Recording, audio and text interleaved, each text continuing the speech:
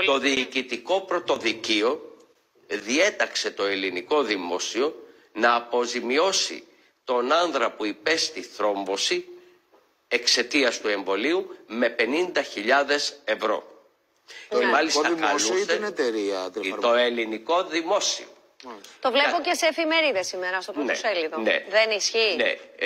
Εγώ δεν λέω ότι δεν ισχύει, αλλά για ποιο λόγο, με ποιο σκεπτικό ότι, του δικαστή, ότι το ελληνικό δημόσιο ήταν υποχρεωμένο να διασφαλίσει ότι δεν θα υποστούν παρενέργειες οι εμβολιαζόμενοι.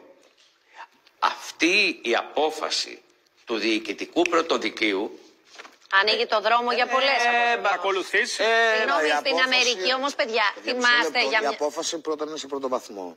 Δεν υπάρχει και δεύτερος κτλ. Δεύτερον, σωστό, εγώ όταν είναι. πήγα να κάνω εμβόλιο, δεν ξέρω αν θυμάσαι Δήμο. Ναι, εμείς μας έβαλε κάτω και μας έλεγε μια ώρα ότι υπάρχει ο κίνδυνος να γίνει αυτό, να γίνει αυτό. Παιδιά, αφού Και του είπα κάποια στιγμή του γιατρού, του λέω συγγνώμη, επειδή μου διάβασε 10 σελίδες κινδύνους που υπάρχουν, θες να με πείσεις να μην το κάνω. Εμένα δεν μου διάβασαν τίποτα.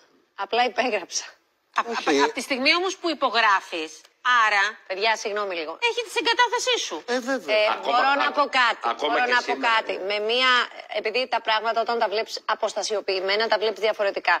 Εγώ που έκανα το εμβόλιο για να μπορώ να έχω μια παρουσία σε μια κοινωνική ζωή, τι εννοώ, να μπορώ να πάω ένα θέατρο, να βγω με τα παιδιά μου, να κάνω κτλ.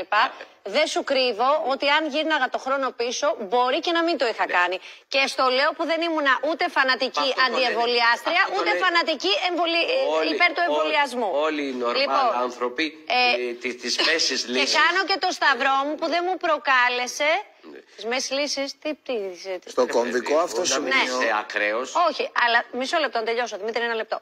Αλλά δεν σου κρύβω ότι εκείνη την εποχή που το κάναμε, θεωρούσαμε ότι το κάνουμε για το κοινό καλό, για να βοηθήσουμε τον κόσμο να πάει μία μέρα παραπέρα. Στα παιδιά μου, ας πούμε, εγώ παρόλο που δέχτηκα εισήγηση να το κάνω, δεν το έκανα. Δεν ήθελα τα παιδιά μου να είναι πειραματόζωα.